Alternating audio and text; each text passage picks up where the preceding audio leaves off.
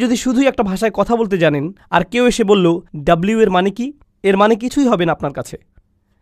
তাই তিনি যে বলছেন ইয়াসিন, যেটার আরবিতে নিজস্ব কোনো অর্থ নেই, শুধুমাত্র যে লিখতে আর পড়তে জানে সেই জানে যে এটা ইয়া অক্ষর আর সিন অক্ষর। যে এটা জানে না তার সামর্থ্যের একেবারেই বাইরে এটা। তাই শুধুমাত্র ইয়াসিন শব্দগুলোর ব্যবহার শ্রোতাদের এই ইশারা দিচ্ছে যে রাসূলুল্লাহ সাল্লাল্লাহু আলাইহি সাল্লাম সম্ভবত এক ধরনের জ্ঞান পাচ্ছেন। কারণ শুধুমাত্র জ্ঞান অর্জনের সময়ই আপনি অক্ষর সম্পর্কে জানতে পারেন। তাহলে প্রশ্ন ওঠে, কে তাকে এই জ্ঞান দিচ্ছে? কারণ যদি বলেন যে তাকে কেউ শেখাচ্ছে, তিনি এই অক্ষরগুলো শিখছেন, তখন প্রশ্ন আসবেই যে শেখাচ্ছেটা কে তাহলে। তাই প্রত্যেকবার এই অক্ষরগুলো আসলেই প্রশ্ন ওঠে, কে তাকে এসব শেখালো, কে শেখালো এটা? আর প্রত্যেকবারই আল্লাহ কি করেন? অন্তত একটা ব্যতিক্রম বাদে তিনি কি করেন? কে শেখালো তার উত্তর দিয়ে দেন। এই বইটি ওহী শিখিয়েছে, আল্লাহ থেকে এসেছে এটা। তো এগুলো ছিল ইয়াসিন শব্দ নিয়ে কিছু কথা। এখন চলুন বিষয়বস্তুর কেন্দ্রে আসি। এটাই শুরু থেকে শেষ পর্যন্ত থাকবে। এই আয়াতেই আমরা বারবার ফিরে আসব। ওয়াল কুরআনিল হাকিম, আল্লাহ ওয়াদা করছেন, আল্লাহ বলছেন আমি ওয়াদা করছি, ওয়া অক্ষরটি এভাবেই অনুবাদ করছি, আমি কোরআন হাকিম দ্বারা ওয়াদা করছি। প্রজ্ঞাময় অনুবাদ করছি না, এখানে অনুবাদ করছি যে আমি কোরআন হাকিমের ওয়াদা করছি। আপনাদের অনেকেই এখনও আরবি জেনে না থাকলেও সমস্যা নেই, হাকিম শব্দটি আপনাদের ব্যাখ্যা করে দিচ্ছি, কারণ এর ভূমিকা ব্যাপক।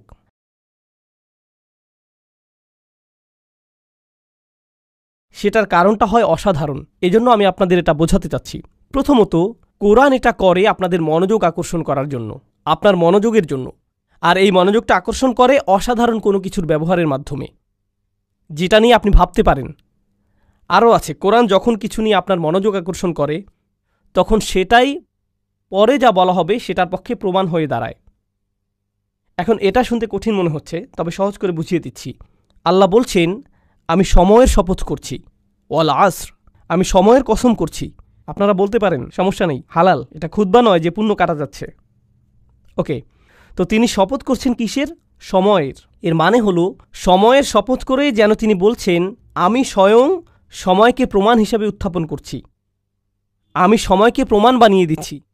কিসের প্রমাণ? ইন্নাল ইনসানা লাফি খুসর, যে নিঃসন্দেহে মানুষ ক্ষতির মধ্যে আছে।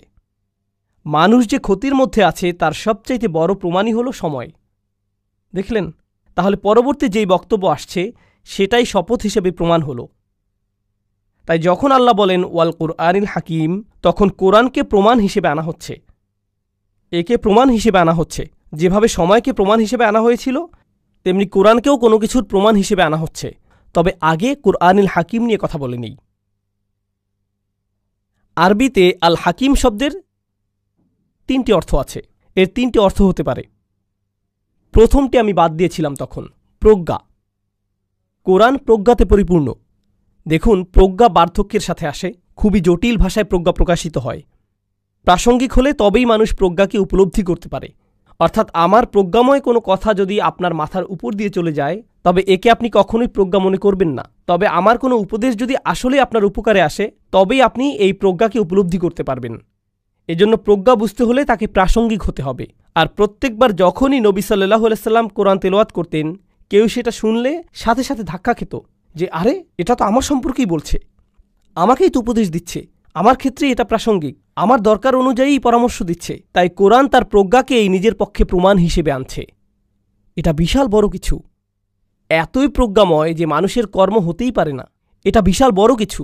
এখন দ্বিতীয় অর্থ, হাকিমের আরেকটি অর্থ হল হুকুম, অর্থাৎ যে জিনিসের রায় বা হুকুম দেবার ক্ষমতা আছে, মানে হুকুম বা হাকিম। হাকিম বলতে আরও বোঝায় শাসক বা গভর্নর। তাহলে কোরআন হলো হুকুমে পরিপূর্ণ। এখন বিষয় হলো, একজন মানুষ হিসেবে আমি বলতে পারি যে আমার ব্যক্তিগত জীবনে কোরআন অধ্যয়ন করতে গিয়ে আমার অনেক পুরনো মতামত পরিবর্তিত হয়েছে। কিছু বিষয় যা আমি অবধারিত সত্য বলে মনে করতাম, সেটা এখন আর মনে করি না। এভাবে আপনি যতই পড়াশোনা করবেন ততই শিখবেন, আপনার মতামত সেভাবে পরিবর্তিত হবে। এমনকি একই সিলেবাস, একই সংবিধান পড়ার পরও একজন আইনজীবী যখন বিচারক হয়ে যান, তখন তাদের চিন্তাভাবনাতেও পরিবর্তন আসে, ঠিক কিনা? সময়ের সাথে ভিন্নভাবে চিন্তা করেন। এদিকে কোরআন হুকুম দিয়ে যাচ্ছে, আর এই 23 বছরের সময়কালে কোনো কিছু কি পরিবর্তন হয়েছে? এভাবে কি বলে যে না, আগে এভাবে বলতাম, এখন আর তা বলি না? না না না না, তার হুকুমে কোরআন একেবারেই ধ্রুব। তার রায় থেকে নড়াচড়া করে না সে, কখনো কখনো আপনার কোনো মতামত রায় না, কিন্তু শুধুই মতামত আপনাকে ঝামেলায় ফেলে দেয়।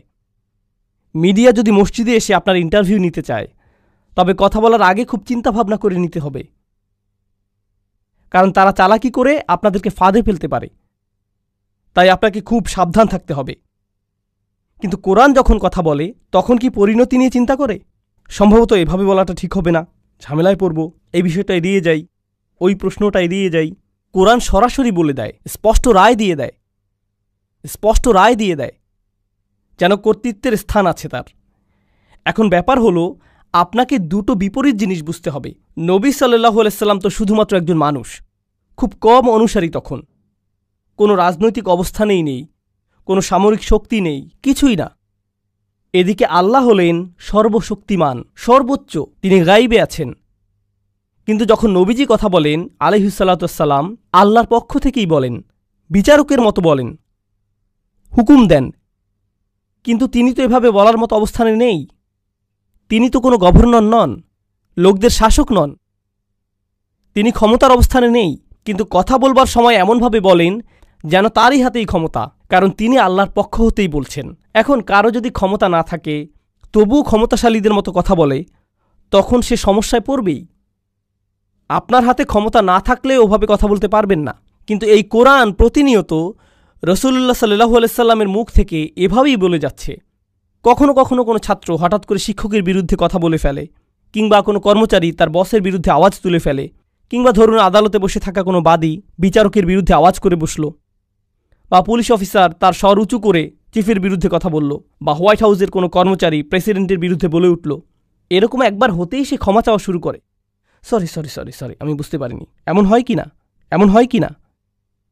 কিন্তু কোরআনের বেলায় সে স্বর উঁচু করছে, সেখানে ক্ষমতাশালীরা আবার এত রেগে যাচ্ছে, কিন্তু কোরআন কি ক্ষমা চায়? না, আবারও বলে, এরপর আবারও বলে। এটা হলো হাকিম শব্দের দ্বিতীয় অর্থ। কোরআন কর্তৃত্বপূর্ণ, কোরআন রায় প্রদান করে, কোরআন কারোই পরোয়া করে না, প্রত্যেকবার একই কাজ করে। দ্বিতীয়টি হলো এটি হুকুম দেয় কোনো পরোয়া ছাড়াই। আর তৃতীয় অর্থটি হলো আমার সবচেয়ে পছন্দ, এটা ইহকাম বা মুহকামের সাথে সম্পৃক্ত। ইহকাম অর্থ হলো কোনো কিছুকে বেঁধে ফেলা, কোনো একটা বুনন তৈরি করা, ঠিক আছে, গাঁথুনির মতো বা এরকম কিছু, মানে যেখানে প্যাটার্ন আছে। যখন এরকম লম্বা প্যাটার্ন থাকে তাকে আরবিতে ইহকাম বলে। জিনিস যখন একে অন্যের সাথে বাঁধা থাকে তাকেও ইহকাম বলে। কোনো কাজ যখন সম্পূর্ণ শেষ হয়ে যায়, যেমন ধরুন এই দেয়ালে কিছু কাজ হয়েছে দেখতে পাচ্ছেন, এখন এই দেয়ালের কাজ যদি শেষ না হয়ে থাকে তবে তা মুহকাম নয়। কিন্তু যদি কাজ পুরোপুরি শেষ হয়, দেয়ালের সবকিছু সম্পূর্ণরূপে সুন্দরভাবে শেষ হয়েছে, তখন তাকে হাকিমও বলা হয়। ওটার আরেকটা অর্থ এটা, অর্থাৎ কোরআনকে অতি নিখুঁতভাবে বুনন করা হয়েছে, সবকিছুর সাথে অতি নিখুঁতভাবে সংযুক্ত। অনেক সময় রাজনীতিবিদরা বক্তৃতা দেয়, সে বক্তৃতা লেখক থাকে, জানেন আপনারা? মানে যেমন প্রেসিডেন্ট নিজে নিজের বক্তৃতা লেখেন না, তার জন্য আলাদা লেখক আছে। কিন্তু তার প্রতিপক্ষ 5 বছর আগের কোনো বক্তব্য দেখিয়ে সেখান থেকে একটি অংশ নিয়ে বলতে পারে 2010 সালে আপনি এটা বলেছিলেন, কিন্তু এখন বলছেন উল্টো, যদিও তখনও আরেকজন বক্তৃতা লেখক ছিল, কিন্তু সে ভুল করে ফেলেছে। এখন প্রতিপক্ষ তার বিরুদ্ধে এটা নিচ্ছে, এমন কি হয় না? কিন্তু দেখুন কোরআনের বুনন কত শক্তিশালী ও নিখুঁত। আপনি বলতে পারবেন না যে ওখানে এটা বলছে আবার এখানে এটা বলছে, সবকিছুর নিখুঁত সংযোগ আছে। এমনকি আল্লাহ কোরআনে যা বলছেন তার সাথে নবীজির কথাও পুরোপুরি মিলে যায় সাল্লাল্লাহু আলাইহি সাল্লাম, পুরোটাই নিখুঁত বুননে আছে। তো এটা হলো তৃতীয় অর্থ। তাহলে চলুন আবারও দেখি ওয়াল কুরআনিল হাকিমের 3টি অর্থ তাহলে কি কি? প্রজ্ঞা, এটা হুকুম দেয়, আর নিখুঁত বুননে বিদ্যমান। সবকিছু একে অপরের সাথে নিখুঁতভাবে সংযুক্ত, কোনো শিথিলতা নেই এখানে, এমন কোনোই শব্দ নেই যেটা ভুলে পড়ে গেছে। সবকিছু গাঁথনি নিখুঁত, একদম ঠিক অবস্থানেই আছে, অতিরিক্ত নিখুঁত এই কোরআন। এই সব কিছুই আবার অন্য কিছুর প্রমাণ। এগুলো কিসের প্রমাণ? প্রমাণ এটাই যে কোনো সন্দেহ নেই আপনি, অর্থাৎ মুহাম্মদ সাল্লাল্লাহু আলাইহি সাল্লাম, নিঃসন্দেহে যাদের পাঠানো হয়েছে আপনি তাদের একজন। এই কোরআনই চূড়ান্ত প্রমাণ যে এটা আপনার নিজের বানানো কিছু নয়, কোনোভাবেই এটা আপনার নিজে নিজে করা সম্ভব না। এখন আমাদের বুঝতে হবে কেন এই প্রমাণ। কারণ একজন মানুষের তুলনায় কোরআনের প্রজ্ঞা অতিরিক্ত বেশি, এটা অসম্ভব। এর মধ্যে কর্তৃত্বের অবস্থান হতে হুকুম এতই বেশি যে কোনো একজন মানুষের পক্ষে তা সম্ভব নয়। বছরের পর বছর, দিনের পর দিন নিজেকে আরও বেশি বিপদে কোনো মানুষই ফেলে না। কোনো মানুষ কথা বলার কারণে ঝামেলায় পড়লে পরের দিন আরও বেশি কথা বলে নাকি কম কম কথা বলে, চেপে যায়, অথবা বিষয় বদলে ফেলে, কিংবা অন্য কোনো শহরে চলে যায়। অথচ তিনি একই লোকদের কাছে বারবার যাচ্ছেন, তারা আরও বেশি করে অপমান করেই যাচ্ছে। শুধু আপনি চান বলে এমন করছেন তা হতেই পারে না। আপনি একা নন, আপনাকে পুশ করা হয়েছে, আপনাকে মিশন দেয়া হয়েছে সাল্লাল্লাহু আলাইহি সাল্লাম। আর 3 নম্বরটা ছিল যে অন্য কোনো কথার মতোই নয়। ব্যাপারটা যোগাযোগ মনোবিজ্ঞানের দৃষ্টিকোণ থেকে বোঝার চেষ্টা করুন। খুবই মজার জিনিস, ঠিক আছে? এই মুহূর্তে আমি আপনাদের সাথে কথা বলছি, পড়ছি না। কিন্তু যদি কোনো তাফসিরের বই খুলি, বা ধরুন গুগল গ্লাস পরে আছি, লেখাগুলো স্ক্রল করছে চোখের সামনে, সেখান থেকে তাফসির পড়ছি, বা শেক্সপিয়ারের কিছু মুখস্থ করেছি, সেটা আপনাদের মুখস্থ বলছি, আপনারা কি বুঝবেন না যে ওটা আমার বক্তব্য নয়? কি বুঝতে পারবেন না যে ওটা আসলে আমার কথা বলছি না, বরং পড়ছি? বুঝতে পারবেন তো, কারণ আমি যেভাবে কথা বলি, যেভাবে শেক্সপিয়ার কথা বলে, বা যেভাবে সংবিধান কথা বলে, বা আমার নিজের রচনা যেভাবে বলে, সবই ভিন্ন ভিন্ন। বরং আমি যেভাবে কথা বলি সেভাবে তো লিখিও না। আমার লেখাগুলো তো আরও অনেক বেশি ফর্মাল, আর যখন কথা বলি সেটা অনেক ইনফর্মাল। নবী সাল্লাল্লাহু আলাইহি সাল্লামের কাছে কি কাগজ আছে? না। আর থাকলেও কিছু যায় আসে না, কারণ জানেন যে তিনি পড়তে পারতেন না। কিন্তু তিনি যখন কোরআন তেলাওয়াত শুরু করেন, প্রত্যেকেই বুঝতে পারে যে এর গাঁথুনি এতই শক্ত যে সেখানেই কোনো আচ্ছা, আবার রিপিট করি, এমন কিছুই নেই। মানুষের কথার তুলনায় কোরআন অতিরিক্ত নিখুঁত। তিনি বলছেন না, অন্য কেউ এটার রচয়িতা। তো এখন এই আয়াতে আরেকটা জিনিস বোঝার আছে, তা হলো আল্লাহ বলছেন আপনি তাদের একজন যাদেরকে প্রেরণ করা হয়েছে। কিন্তু এখানে তো প্রশ্ন চলে আসে, সেই প্রশ্নটি হলো কে প্রেরণ করেছে? আল্লাহ তো বলেননি ইন্নাকা লামিনাল মুরসালিনা মিনাল্লাহ। তিনি তো মিনাল্লাহ যোগ করেননি। তিনি তো বলেননি যে আপনি আল্লাহর পক্ষ হতে প্রেরিতদের একজন। আল্লাহকে এখানে উল্লেখ করা হয়নি, শুধুই উল্লেখিত হয়েছে যে এটা হচ্ছে কোরআন, অবিশ্বাস্য এক তেলাওয়াত, এটা হিকমতে পরিপূর্ণ, হুকুম দেওয়ার ক্ষেত্রেও প্রচণ্ড সাহসী, প্রচণ্ড শক্ত গাঁথুনি এর। এটা তার পক্ষ থেকে হতেই পারে না, কেউ না কেউ তাকে প্রেরণ করেছে। আমরা এখনও জানি না তিনি কে, বুঝতে পারছেন? তাহলে রহস্য তৈরি করা হয়েছে, তবে উত্তর দেয়া হয়নি এখনও। আর সামনে আগানোর আগে আরেকটা জিনিস বলতে চাই,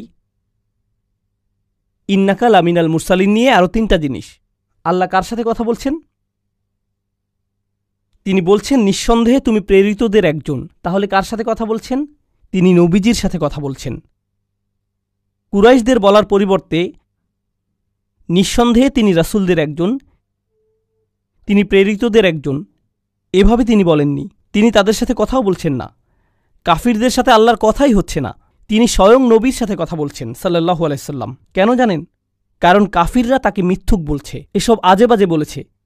এখন কেউ আপনাকে পাগল বলল, আপনি হয়তো অপছন্দ করবেন। আরেকজন পাগল বললে, এরপর 100 জন আপনাকে পাগল বললে, আপনি কি ভাবা শুরু করবেন? মনে হয় আমি আসলেই পাগল। একজন আপনাকে মিথ্যুক বলল, আরেকজন মিথ্যুক বলল, চাচা আপনাকে মিথ্যুক বলল, আপনার কাজিন মিথ্যুক বলল, বিজনেস পার্টনার আপনাকে মিথ্যুক বলল, প্রতিবেশী মিথ্যুক বলল, রাস্তায় আপনাকে চেনে না এমন মানুষও আপনাকে মিথ্যুক বলল। এটা আপনার উপর প্রভাব ফেলতে পারে, তাই না? আপনার অন্তত কাউকে তো প্রয়োজন যে বলবে, আপনার অন্তত কাউকে প্রয়োজন যে বলবে যে এসবে পাত্তা দিও না, আমি বলছি তুমি মিথ্যুক নও। আমার কথা শুনো, তারা যে বলে সব ভুলে যাও, তারা যা বলে সব ভুলে যাও। দেখুন, প্রোপাগান্ডার ধরনাটি কিন্তু এখানেই। তারা খবরে বলতেই থাকে এমন এমন এমন, মুসলিমরা কত কিছু, তার লিস্ট। আমরা এয়ারপোর্টে বা লিফটে মানুষকে নাকি ভয় পাইয়ে দেই, এলিভেটরের ভেতরেও তারা অস্বস্তিকর অবস্থায় থাকে। তো মাত্র গতকালই আমি লিফটে ঢুকলাম, ভেতরে একটা পরিবার ছিল। আমার ফ্লোরের বাটন চাপ দিলাম, কিন্তু তারা চাপছিল না। তো আমি ভাবলাম হয়তো তারা আমার ফ্লোরেই যাবে। তো যখন আমার ফ্লোরে লিফট আসলো, আমি ভদ্রতা করে, কারণ মহিলা বাচ্চারা ছিল, তাদের জায়গা করে দিলাম। তারা উল্টো আমাকে আগে যেতে বলল। আমি অবাক হয়ে বের হয়ে আসলাম। এরপর তারা বাটন চাপা শুরু করলো। ওকে, প্রোপাগান্ডা আসলেই কাজ করে, প্রোপাগান্ডা কাজ করে। কি অবাক কাণ্ড! ওকে, তো আমি বলছি যে এর প্রভাব আপনার উপরেও পড়তে পারে। তাছাড়া মুসলিমদের উপর কি নিজেদের বিরুদ্ধেই প্রোপাগান্ডার প্রভাব পড়ে না? আমরা কি আমাদের নিজেদের খারাপভাবে দেখতে শুরু করি না? হ্যাঁ, আমাদের পরিচয়ের জন্য ক্ষমা চাইতে শুরু করে দেই। আমাদের নিজেদের ইমামদেরকেই সেসব প্রশ্নগুলো করি যেগুলো অমুসলিমরা করার কথা। আমরা কেন এমন, এভাবে বলে কেন, কোরআন এমনটা বলে কেন? তারা তো বলে তোমাদের কোরআন এটা কেন বলে, আর আপনি বলেন হুজুর কোরআন পাকে এটার মানে কি? একই প্রশ্ন, আপনি একই প্রশ্ন কেন করছেন? কিন্তু দেখুন, কিন্তু দেখুন নবীজিকে কি বলা হচ্ছে সাল্লাল্লাহু আলাইহি ওয়াসাল্লাম, আপনার অন্য কারো থেকে সার্টিফিকেট নিতে হবে না। আমি আপনাকে বলছি যে আপনি প্রেরিতদের একজন, অন্য কারো বৈধতার দরকার নেই আপনার। আমি বৈধতা দিচ্ছি, সেটাই আপনার জন্য যথেষ্ট। অন্যদের চাপের কথার কোনো দরকার নেই। এখন আমার তৃতীয় পয়েন্টে আসছি। আল্লাহ কিন্তু শুধু বলেননি আপনি একজন রাসূল, তিনি বলেছেন আপনি তাদের একজন যাদেরকে পাঠানো হয়েছে। এর অর্থ কি? এর অর্থ হল তিনি একা নন। কারণ যদি বলি আপনি মুসলিমদের একজন, তখন তার মানে হবে অনেক মুসলিম আছে। তাই যখন বলল আপনি প্রেরিতদের একজন, তার মানে নিশ্চয়ই প্রেরিত আরও অনেকেই ছিল। এখন নবীজি সাল্লাল্লাহু আলাইহি ওয়াসাল্লামকে বলা হচ্ছে যে আপনি নিজেকে একা মনে করলেও আপনাকে এমন মানুষজনের সাথে পরিচয় করিয়ে দেব যারা আপনারই দলে আছে, আরও বড় ভ্রাতৃত্বের বন্ধনে আবদ্ধ।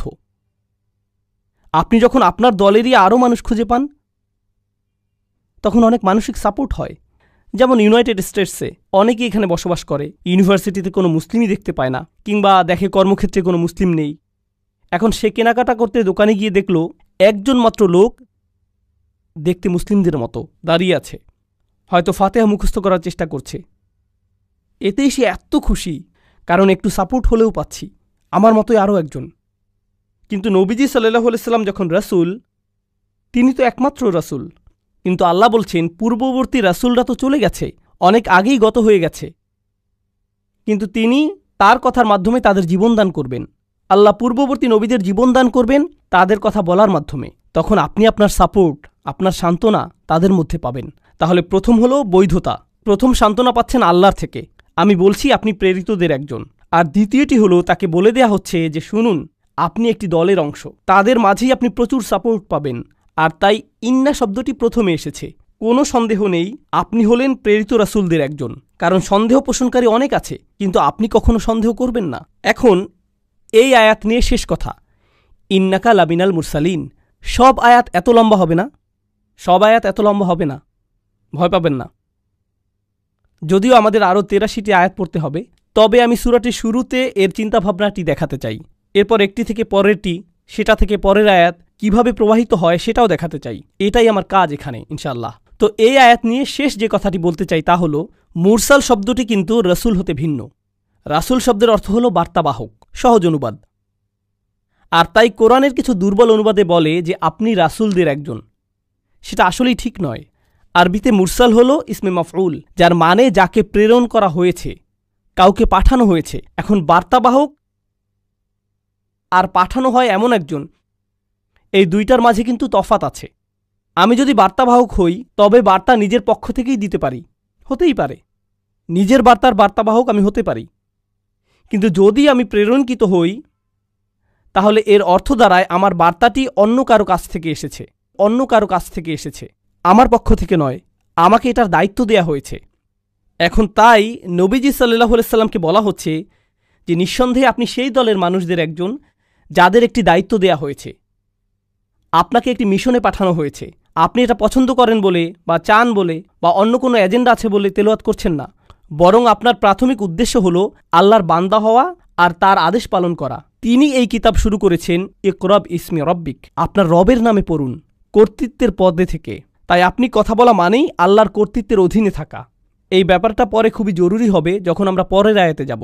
তাই নবীজি সাল্লাল্লাহু আলাইহি ওয়াসাল্লামের এই দায়িত্বের ব্যাপারটি তখনই বলবো। এখানে শুধু তাকে সান্ত্বনাই দেয়া হচ্ছে না, বরং তিনি মিশনে আছেন সেটাও মনে করিয়ে দেয়া হচ্ছে।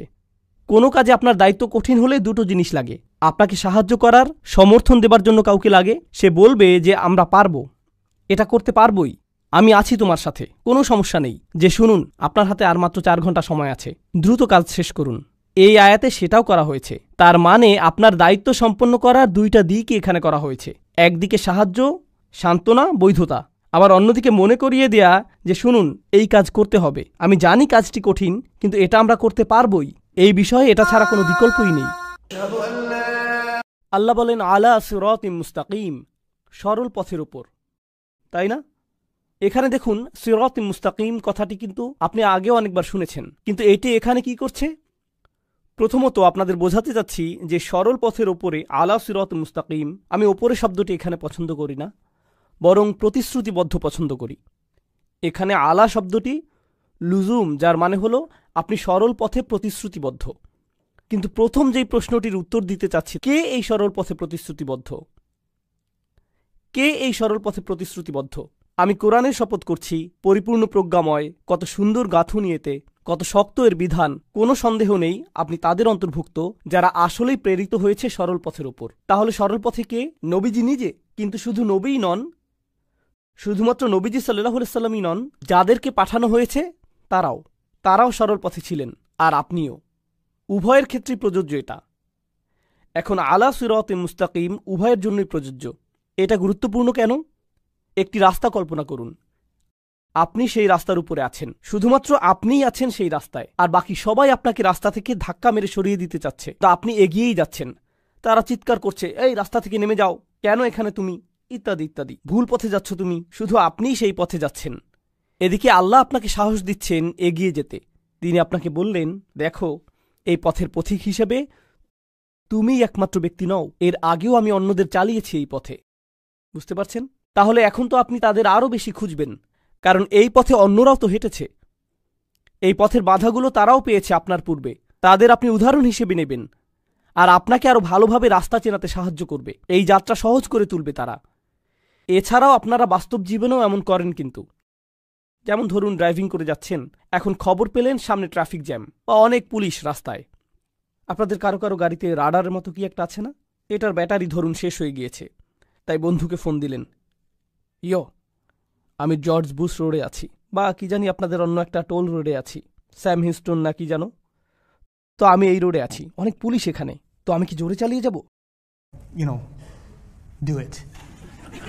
না না না না ভাই, আমি গত সপ্তাহে ওখানে গিয়েছিলাম, আমাকে ফাইন দিয়েছিল। আচ্ছা আচ্ছা, আমি হালাল লিমিটের ভিতরে থাকবো, তাই না? তো আপনি এমন কাউকে খোঁজেন যে এই রাস্তা দিয়ে আগে গিয়েছে, পথ চেনাতে সে আপনাকে সাহায্য করে। তো সাহায্যের একটি উৎস। আরেকটি জিনিস হলো, নবীজি সাল্লাল্লাহু আলাইহি সাল্লাম আল্লাহর কালামের মাধ্যমে খুবই শক্তভাবে আপোষহীন রায় দিয়ে যাচ্ছেন। আল্লাহ তো কর্তৃত্বের সাথে বলেন, তিনি কোনো দাসের মতো কথা বলেন না, মনিবের মতো কথা বলেন। তাই তিনি ক্ষমতা কর্তৃত্বের সাথে বলেন, কিন্তু মানুষজনের কাছে সেটা আপত্তিকর থাকে, কারণ তারা তো আল্লাহকে বলতে শুনছে না। তারা কার স্বর শুনছে? রাসূল সাল্লাল্লাহু আলাইহি সাল্লাম। তুমি এভাবে কথা বলার কে? তারা রেগে যাচ্ছে। কিন্তু নবীজি কি থেমে গেছেন? না, প্রতিদিনই তাকে একই পথে আরও এগোতে হচ্ছে না? এখন আমাকে বলুন তো, এই পথে আপনি এগুতে থাকলে যৌক্তিকভাবেই কি আপনি ঝামেলায় পড়বেন না? আরও বেশি বেশি করে ঝামেলায় পড়তেই থাকবেন। পথ পাল্টানোর জন্য দিনকে দিন আপনার উপর চাপ প্রয়োগ বাড়তেই থাকবে। যত বেশি অগ্রগতি করবেন ততই বাধা পাবেন, আরও বেশি বাধা। আরও সম্ভাবনা আছে যে আপনি দেখুন একটু চাপ তো সহ্য করতে পারবেন, কিন্তু কালকে আপনাকে আরও চাপ সহ্য করতে হবে, পরদিন আরও বেশি, পরে আরও বেশি, আরও বেশি, আরও বেশি। অবস্থা খারাপের চাইতে খারাপ হতেই থাকবে, সহজ হবে না, আর কঠিন হবে। একজন সাধারণ মানুষ আর কতই বা চাপ সহ্য করতে পারে? এক সময় কি হয়? ভেঙে পড়ে, পথ পাল্টে ফেলে। কিন্তু রাসূলুল্লাহ সাল্লাল্লাহু আলাইহি সাল্লাম, তার কঠোরতা, তার প্রতিশ্রুতি, এই সব কিছু এখানে দেখা যাচ্ছে। আর অন্যান্য নবীদের প্রতিশ্রুতিগুলো স্পষ্ট দেখানো হচ্ছে, কারণ তারা সবাই সরল পথের ওপরে, কখনোই বিচ্যুত হননি, কখনোই হননি। মানুষ তাদেরকে আক্রমণ করেছে, মানুষ তাদের নিয়ে হাসি ঠাট্টা করেছে, মানুষ তাদেরকে হুমকি ধামকি দিয়েছে, তাদেরকে নির্বাসিত করার, হত্যা বা অত্যাচার করার হুমকি নিয়ে এসেছে। এর পরেও তারা দমে যাননি। তাদের পরিবার এসেছিল তাদের কাছে, মুরব্বীরা এসেছিল, রাজনৈতিক নেতারা এসেছিল, সবাই এসেছিল, তবুও পথচ্যুত হননি, প্রতিশ্রুতিবদ্ধ ছিলেন। কঠোরতার এই ধারণাটাই জরুরি। এছাড়াও দেখুন, তিনি যে আসলে একজন রাসূল, এটাই কিন্তু তার একটা প্রমাণ। নইলে এত কষ্ট কেন শুধু শুধু সহ্য করবেন? আমরা কিন্তু এখনও সেই ধারণাতেই আছি যে এই কোরআনকে বহন করা সম্ভব শুধুমাত্র তখনই যখন আপনাকে প্রেরণ করা হয়, কারণ অতিরিক্ত চাপ, যেমন একজন মুফাসসির বলেছেন, ইলতিজামুহু দালিলুন আলা নবুয়তি ওয়াসিরাতিহি দালিলুন কামা আন্নাল কোরআন। এটা এখানে গুরুত্বপূর্ণ। কোরআনের নিখুঁত হবার কারণে, আমি যেটা বলেছিলাম, 3 ধরনের নিখুঁততা আছে কোরআনে, সেগুলোই প্রমাণ। এখন এই উদ্দেশ্যের প্রতি নবীর প্রতিশ্রুতি নিজেও আরেকটা প্রমাণ। এই সবই প্রমাণ করে দিচ্ছে। কিন্তু এরপর এই আয়াত নিয়ে শেষ আরেকটা জিনিস আপনাদেরকে বলছি, আলা সিরাতিন মুস্তাকিম। এখানে কিন্তু বলা হচ্ছে না সরল পথের উপরে প্রতিশ্রুতিবদ্ধ, এখানে বলছে একটি সরল পথের উপর প্রতিশ্রুতিবদ্ধ, সিরাতিন মুস্তাকিম। ফানাক্কার লফস, তিনি এটাকে নাকিরা করে দিলেন, সার্বজনীন করলেন। সাধারণভাবে সরল পথ আর একটি সরল পথ, এই দুইয়ের মাঝে পার্থক্য আছে। কারণ ফাতিহাতে আমরা কিন্তু বলি না যে আমাদেরকে একটি সরল পথে পরিচালিত করুন, আমরা বলি সরল পথে পরিচালিত করুন, ইহদিনাস সিরাতাল মুস্তাকিম। সেখানে একটি আল আছে, কিন্তু এখানে নেই। এটার কাজ কি? আসলে আপনি যখন আল সরিয়ে ফেলবেন তখন মানে দাঁড়াবে অপরিচিত কিছু, অজানা কিছু। আর যদিও আল্লাহ নবী সাল্লাল্লাহু আলাইহি সাল্লামের সাথে কথা বলছেন, কারা শুনছে? কুরাইশরা শুনছে। কুরাইশরা হয়তো কোরআন সম্পর্কে অনেক কিছু জানে না, আমরা দেখব যে তারা আসলেই হয়তো জানে না, কিন্তু অন্তত একটা জিনিস জানে, তারা নবী সাল্লাল্লাহু আলাইহি সাল্লামকে জানে। তিনি কোনো কথা না বললেও তারা বুঝতে পারে যে তিনি কোনো এক ধরনের সরল পথে বাঁচেন, তার পথ একদম সোজা, তিনি সব সময় সঠিকভাবেই কাজ করেন। অন্যভাবে বললে, আপনি যদি সব কিছু নাও বোঝেন, অন্তত তার চরিত্র লক্ষ্য করলেই উপলব্ধি করবেন যে এটা কোনো একরকমের সরল পথ। শুধুমাত্র মুসলিমদের পর্যবেক্ষণ করাটাই যথেষ্ট, বিশেষ করে এই রাসূলুল্লাহ সাল্লাল্লাহু আলাইহি সাল্লামকে। শুধু ওনাকে দেখেই ধারণা হয়ে যাবে যে এটা একটি সরল পথ, আলা সিরাতিন মুস্তাকিম। আল্লাহকে এখনও নিজেকে উল্লেখ করছেন? না, তিনি এখনও নিজের সম্পর্কে কিছুই বলেননি, এখনও না।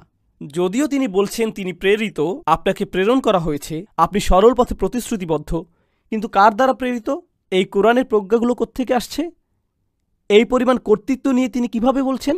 অবশেষে প্রশ্নের উত্তর আসছে, আর এত জোরালো ভাষায় উত্তরটি এসেছে, তানজিলাল আজিজির রহিম। 3টি শব্দ। প্রথম শব্দটি হচ্ছে তানজিলা। আপনাদের যারা অল্প স্বল্প আরবি জানেন, আর নাসাব আলাল ইগরা, এখানে একটি ফাতহা আছে। এর মানে কি বুঝতে পারছেন? মানে নরমভাবে এখানে বলা হচ্ছে না। আপনারা তো এভাবে পড়েন না, তানজিলাল আজিজির রহিম, আল্লাহু আকবার, না। তখন তানজিলা এভাবে আসে, তার মানে হলো আল্লাহ আজ্জা ওয়া জাল্লা প্রচণ্ড কর্তৃত্বের সাথে কথা বলছেন। দৈববাণী মানে স্বাভাবিকভাবে বলা হয় না, যেন আরবি ব্যাকরণের মাঝেই আশ্চর্যবোধক চিহ্ন বসে আছে।